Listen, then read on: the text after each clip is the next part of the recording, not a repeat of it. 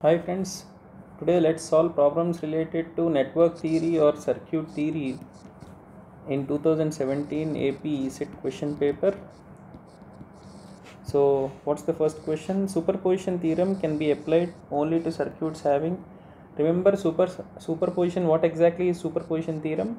So this is basically for linear systems such that the response, either the voltage of the or the current in any branch of the bilateral network. So remember, for a linear and bilateral network, it will be more than the independent source equals the algebraic sum of responses caused by independent source acting alone. So remember, try to remember the statement. So when you have n number of sources, taking each source, if you sum up all the responses, you will be getting, when you apply the n number of sources at a single time. Okay. Next, for a maximum power transfer, internal resistance of the source should be, remember, the maximum power, as per the maximum power transfer theorem, it is I square into R, which is simply R Thevenin plus R load into RL. Remember, when your source resistance is equal to the load resistance, at this condition you will be having V square by 4 R Thevenin as the total power. If you see the option, maximum power will be transferred when your source resistance equal to the load resistance. So there is a chance of asking this question also. Remember this. So consider two loops A and B of a network, and if an ideal voltage E in loop A produces a current in loop B, then interchanging the position, if an ideal source in the loop B produces current A. Now what is this statement associated with? So the question is, you have a network in which you have a voltage which is generating a current.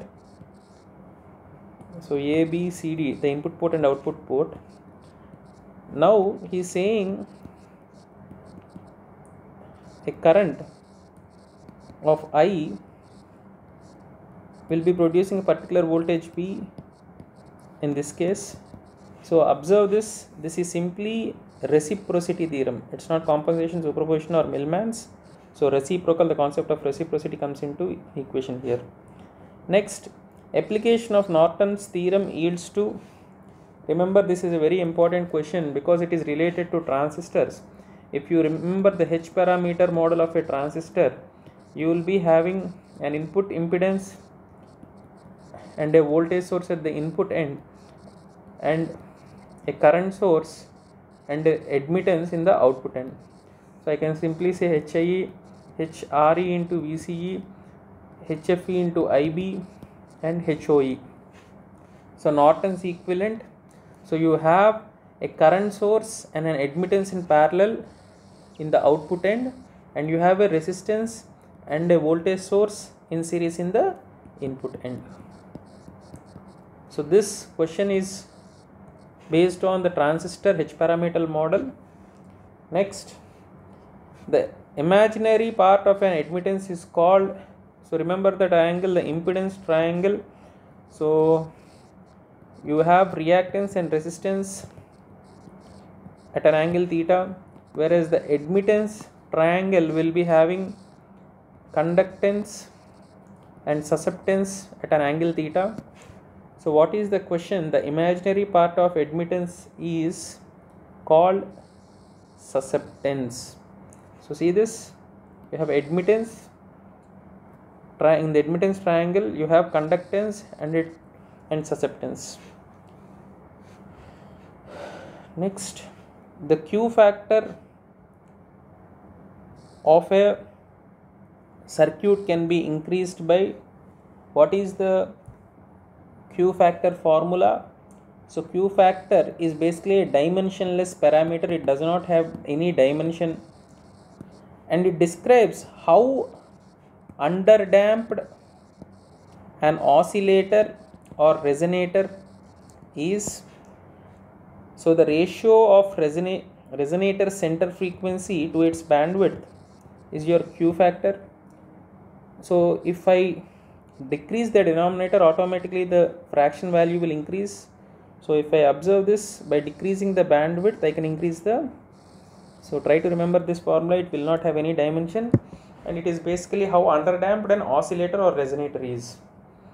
Next, what is VSWR? So VSWR, if you remember the formula, it is V maximum by V minimum, or I can write in terms of reflection coefficient 1 by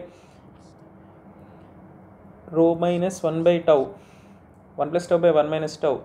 So also remember VSWR has a value between 1 and infinity. Now what is the question? For a perfectly matched line, this is the key point.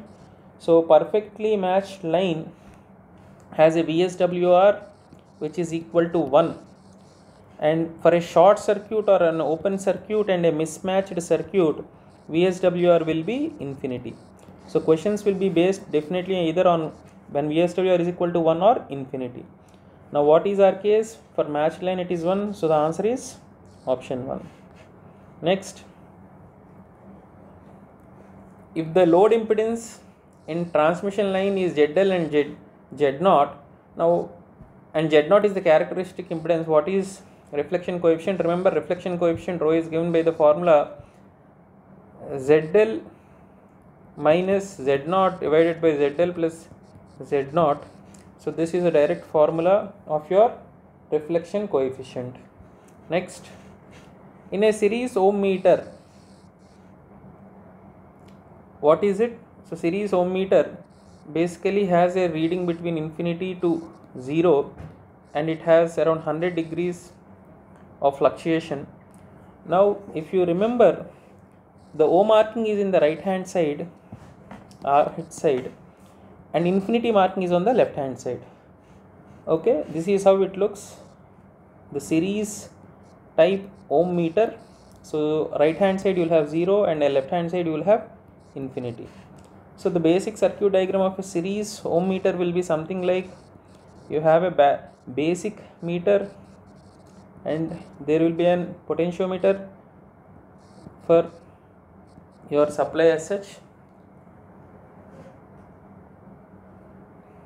and you have your resistance, and your unknown resistance will be kept somewhere like this.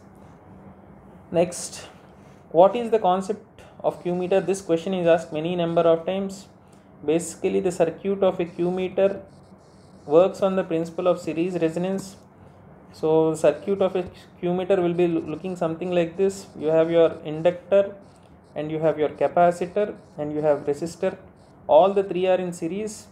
Now here you will be having an electronic voltmeter and a tuning capacitor to take the output. So the oscillator is connected to the resistance. So just remember, all the three elements are in series. That is why the answer is series resonance. So with this, the questions related to ESET are completed. So if you want to check the question, the particular key for this, it is available at the website given in the description, and you can visit that particular website for getting this particular PDF.